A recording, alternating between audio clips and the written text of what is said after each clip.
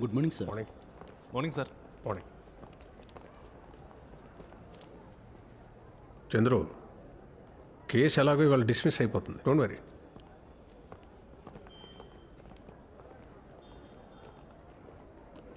Item number 1, HCP 711/1995, Counsel for Petitioner, Chandru Vasak, Advocate General. రండి sir. వచ్చేసి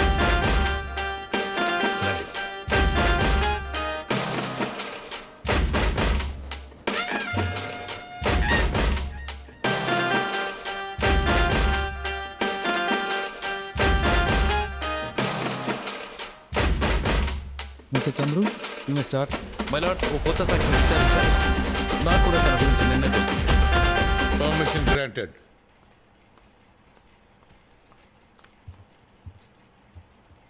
నమస్కారం sir.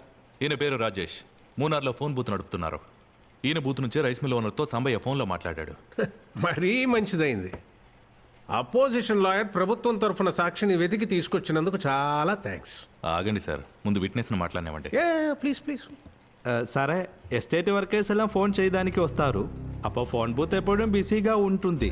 എന്നാ ഒരാളെ നിൽക്കേണ്ട സ്ഥലത്ത് 3 പേര് നിന്നു. అందుకే గమనించ. ആരാ ഇത്? എന്താ ഇത്? തേങ്ങാക്കൊല. ഈ ബൂത്തിനകത്ത് എത്ര പേരാ നിൽക്കണേ?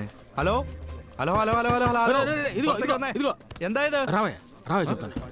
మేము ఆంధ్ర పోలీసులు సార్ ఆఫీసరు. సార్ మీరు మాట్లాడండి అయ్యా. അതിനെന്താണ് പ്രശ്നം? సార్ ఓ ముఖ్యమైన కేసు గురించి మాట్లాడుతా నువ్వు అరిచేస్తున్నావు. నువ్వు రా, నేను చెప్తాను. రావయ్యా, చెప్తారా? రండి, ఇలా రండి, చెప్తా. వాళ్ళని మీరు గుర్తుపట్టగలరా? దే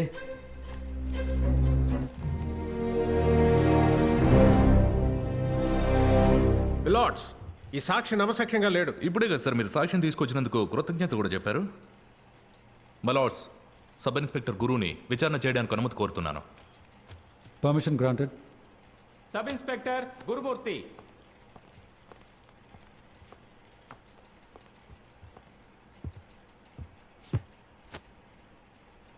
మీరు ఆ ఫోన్ బూత్లో ఉన్నారా?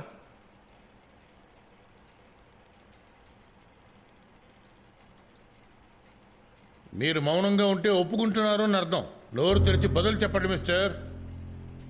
అయ్యా, కేరళ లారీలో తప్పించుకున్న ఆ ముగ్గురు మూనార్లో ఉన్నట్టు సమాచారం వచ్చిందయ్యా. ఎంత వెతికినా వాళ్ళ ముగ్గురిని కనిపెట్టలేకపోయాం. కంప్లైంట్ ఇచ్చిన కనకవేలు నుంచి ప్రెషర్ ఎక్కువైంది అయ్యా. కమ్యూనిస్ట్ పార్టీ వాళ్ళు వేరే, ఎస్పీ ఆఫీస్ ఎంక్వైరీ అంటూ సమస్యను ఇంకా పెద్ద చేశారయ్యా. అందుకే సమస్య కొద్ది రోజులు సర్దుమణగాలని సాంబయ్యలాగా మేమే ఫోన్ చేసామయ్యా. Useless fellow.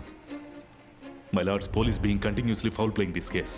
This case is nothing but a scandal. ఇకపై లోకల్ పోలీసులు దీన్ని హ్యాండిల్ చేయకూడదు. This is the fit case to be handed over to the CBI. పోలీసులే నిజాలు ఒక నిజం చెప్పడానికి చాలా నిజాలు దాస్తున్నారని అర్థం. We want a CBI enquiry my lords. Mister Chandru, మన పోలీసులు ఎవరి మీద మీకు నమ్మకం లేదా? ఇప్పుడు వరకు జరిగిన సిబిఐ ఎంక్వైరీలో ఎంతమందికి శిక్ష పడింది? చిదంబరం పద్మిని కేసులో తమిళనాడు పోలీస్ ఆఫీసర్ లతికాచారాన్ని అపాయింట్ చేశాం. ఆవిడ బాగా విచారించి నేరం చేసిన పోలీసులను పట్టుకుని జైలుకి పంపించలా. అదేవిధంగా మీరు సజెస్ట్ చేయండి, మేము వారిని ఇన్వెస్టిగేషన్ ఆఫీసర్కి అపాయింట్ చేస్తాం.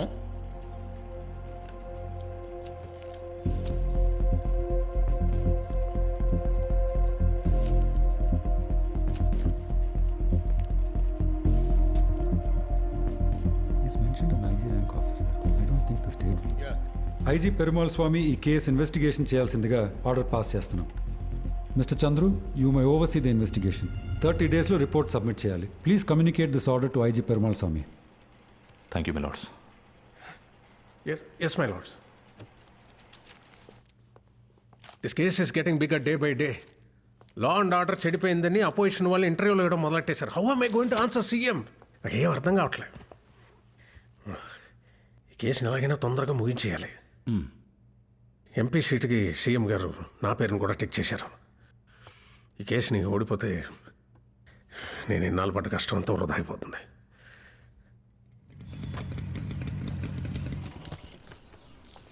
Home secretary is very concern about this case. Okay sir. Law and order విషయం మీకు తెలుసు సార్. సీఎం గారు చాలా సెన్సిటివ్.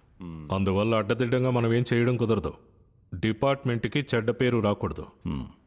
ఆ లాయర్ పట్టువదలని విక్రమార్కుడు కేర్ఫుల్గా హ్యాండిల్ చేయి. Yes sir. రెండు Chandru, come come come come. ప్రపంచంలోనే అతి నీచమైన ఒక అడ్వకేట్ అని నమ్మే పోలీసు వాడు, ప్రపంచంలోనే చాలా మోసమైన వాడు ఒక పోలీసుని నమ్మే వకీలు కలిసి పనిచేయబోతున్నారు. చాలా విచిత్రంగా ఉంది కదా. ఎనీవే, మీతో మాట్లాడాలనుకున్నాను, వచ్చేశారు. You are against police torture, right? Even we don't like it. Police ఇచ్చే ట్రీట్మెంట్ వల్లే దొంగ తన తప్పును ఒప్పుకుంటున్నాడు. ఏం చేస్తాం? క్రిమినల్స్ని శిక్షిస్తేనే నేరస్తులకి పోలీసులంటే భయం ఉంటుంది. I will tell you A personal example. ఒక స్కూల్కి వెళ్ళే అమ్మాయి నాకు ఒక లెటర్ రాసింది. ఒక లోకల్ రౌడీ తనని అల్లరి చేస్తున్నాడు అని. ఇంట్లో చెప్తే తనని స్కూల్కి వెళ్ళనివ్వకుండా చదువు ఆపేస్తారేమోననే భయం. విషయం బయటికి పొక్కకూడదు. ఒక కంప్లైంట్ లేదు, ఒక ఎఫ్ఐఆర్ లేదు. చట్ట ప్రకారంగా నేనే యాక్షన్ తీసుకోవాలి. నా మనస్సాక్షితో ఒక యాక్షన్ తీసుకున్నాను. ఆ రౌడీ 10 వేళ్ళని ముక్కలుగా నరికి పారేశాను.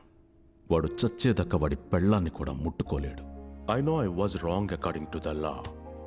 కానీ ఒక స్కూల్కి వెళ్ళే అమ్మాయికి రక్షణ కల్పించలేకపోతే నేను ఎందుకు యూనిఫామ్ వేసుకోవాలి? ప్రజాస్వామ్యాన్ని నిలబెట్టాలి అంటే కొన్ని సమయాల్లో చట్టాన్ని చేతుల్లోకి తీసుకోక తప్పదు. That's a truth.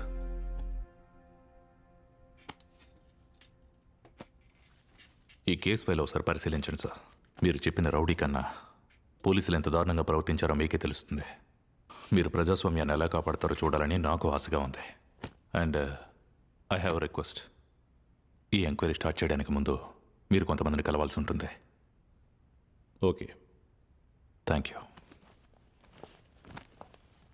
మీ మీద పోలీసులు ఎలా దొంగ కేసులు పెడుతున్నారని తెలుసుకోవడానికి అధికారులు వచ్చారు.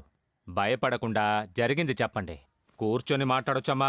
అమ్మా, పర్వాలేదమ్మా, కూర్చొని కూర్చొని మాట్లాడండి. అయ్యా, మా అయ్య మీద, నా మొగుడు మీద, ఇప్పుడు నా కన్న బిడ్డ మీద కూడా కేసులు జరుగుతూనే ఉన్నాయ్యా. నేను ఏటకెళ్ళి వచ్చినప్పుడు పోలీసులు కనిపించారండి. వాళ్ళకి దన్నాలు పెట్టాను. మాకు దన్నాలు పెట్టే ధైర్యం నీకు వచ్చిందా అని చెప్పి నా మీద దొంగ కేసు పెట్టి 3 ఏళ్ళు జైల్లో పెట్టారయ్యా. అయ్యా, నేను రోడ్డు మీద నడిచొస్తున్నానయ్యా. అప్పుడు రోడ్డు మీద పోలీసులు నిలబడి ఉన్నారయ్యా. వాళ్ళున్నారు కదా అని పక్కగా నడిచెళ్ళానయ్యా. ఏరా, పోలీసులను చూసి పక్కగా నడిచెళ్తున్నావా, నువ్వేదో తప్పు చేసుంటావని మోటార్ సైకిల్ కేసు నా మీద బనాయించారయ్యా. నాకు సైకిల్ తొక్కడమే రాదయ్యా. అడవికి తీసుకెళ్లి 2 వేళ్ళు తాడుతో కట్టేసి వేలాడదీసి నా గొంతుకు ఇనప కడ్డీ పెట్టి ప్రాణాలు పోయేలా కొట్టారయ్యా. అప్పుడు కూడా ఒప్పుకోలేదయ్యా. ఆ తర్వాత నా పెళ్ళాన్ని కూడా హింసించారయ్యా. చిత్రహింసలు కూడా భరించాడయ్యా. నన్ను స్టేషన్కి తీసుకెళ్లి అసహ్యంగా ప్రవర్తించాడయ్యా. ఈ అవమానం భరించలేకే మా ఆయన కేసు ఒప్పుకున్నారయ్యా.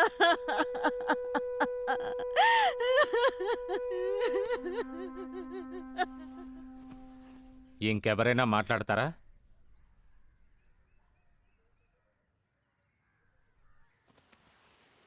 మా అయ్య దొరకలేదని నన్ను తీసుకెళ్లి స్టేషన్లో పెట్టారయ్యా.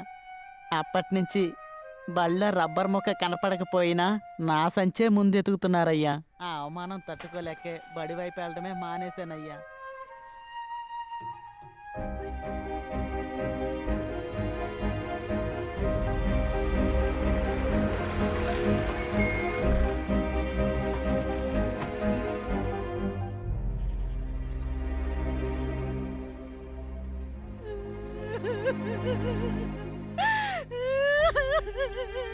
ఏం జరిగిందో ఏడవకుండా ధైర్యంగా చెప్పమ్మా.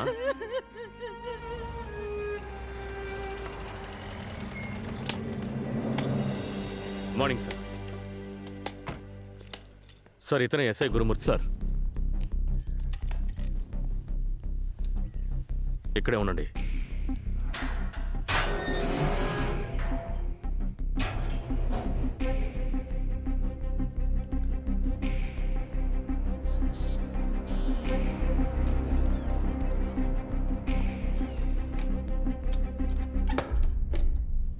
కనపడకుండా పోయిన నగల్లో ఇది ఒకటే మిగిలింది. విచారణ కోసం వచ్చే పోలీసులకి టీ, కాఫీ, భోజనాలని దండ ఖర్చులు తప్ప దమ్మిడి కూడా రాలేదు.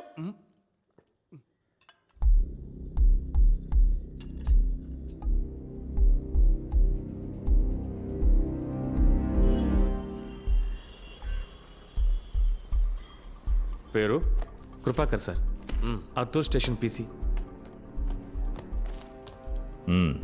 అయ్యా ఆ రోజు డ్యూటీలో లాకప్ తాళం ఎందుకు వెళ్ళేదో గుర్తుకు రావడం లేదయ్యా. సస్పెండ్ అయ్యాక డ్యూటీలో ఈరోజు జాయిన్ అయ్యానయ్యా. మేము ముగ్గురం ఆ రోజు లోకల్ మినిస్టర్ పార్టీ మీటింగ్కి బందోబస్తుకి వెళ్ళాం సార్. అయ్యా ఆ రోజు మేము నైట్ డ్యూటీకి వెళ్ళామయ్యా. ఆ రోజు హెడ్ఐకి భోజనం తేడానికి వెళ్ళాను. అయ్యా నాకు ఆ రోజు పగల డ్యూటీ అయ్యా. నైట్లో నేను స్టేషన్లో లేనయ్యా. రాజన్న ఈ థెఫ్ట్లో ఇన్వాల్వ్ అయ్యాడా? అది నాకు తెలియదయ్యా. కానీ ఆ ఇంటి బీరువాలో డబ్బు నగలు ఉండటం, ప్రెసిడెంట్ గారు ఊరెళ్ళిన విషయము రాజన్నకు బాగా తెలుసయ్యా. పైడి తల్లిని అరెస్ట్ చేయడం నిజమేనా? అది అయ్యా మన సాక్షి ఒప్పుకోలేదయ్యా.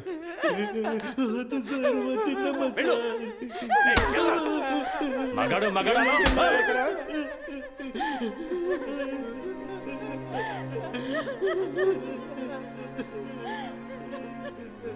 అమ్మా నువ్వు బట్టలు తీసుకుని బయట కూర్చో. ఏంటి అక్కడ? యో లోపలంతా అన్యాయం చేస్తున్నాడు.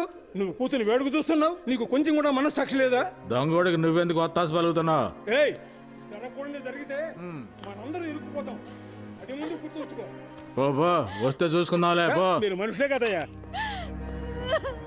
ఇదిగో అమ్మా, ముందు నువ్వు ఇంటికి వెళ్ళిపోమ్మా. నేను చూడకుండా ఉంటే ఆ అమ్మాయి ఈ పాటికి ఆత్మహత్య చేసుకుని ఉండేదయ్యా. పోండి. సరే వస్తానయ్యా. ఐజీ గారితో భయపడకుండా నిజం చెప్పండి. అయ్యగారు ఎప్పుడు పోలీసులకు అండగా ఉంటారు. నేను పోలీసులనే సార్. ఇదే డైలాగ్ నేను చాలా మందికి చెప్పాను. అయ్యా దొంగతనం జరిగిన ఇంట్లో రాజన్న మీదే సందేహం ఉందని కంప్లైంట్ ఇచ్చారు సార్. మేము ఎంత కొట్టినా నోరు తెరవలేదు. కొట్టకుండా నిజం ఎలా సార్ రాబట్టడం? ఆడవాళ్ళ బట్టలు ఉడదీసి నిజాలు రాబడతారా? నటరాజ్ సార్, కేరళకు టీంని పంపించి ఎంక్వైరీ చేయమని చెప్పండి. Okay sir. ఆ క్యాస్ట్ వాళ్ళు వర్క్ చేసే ప్రతి చోట వెతకమని చెప్పండి. Yes sir. Out sir.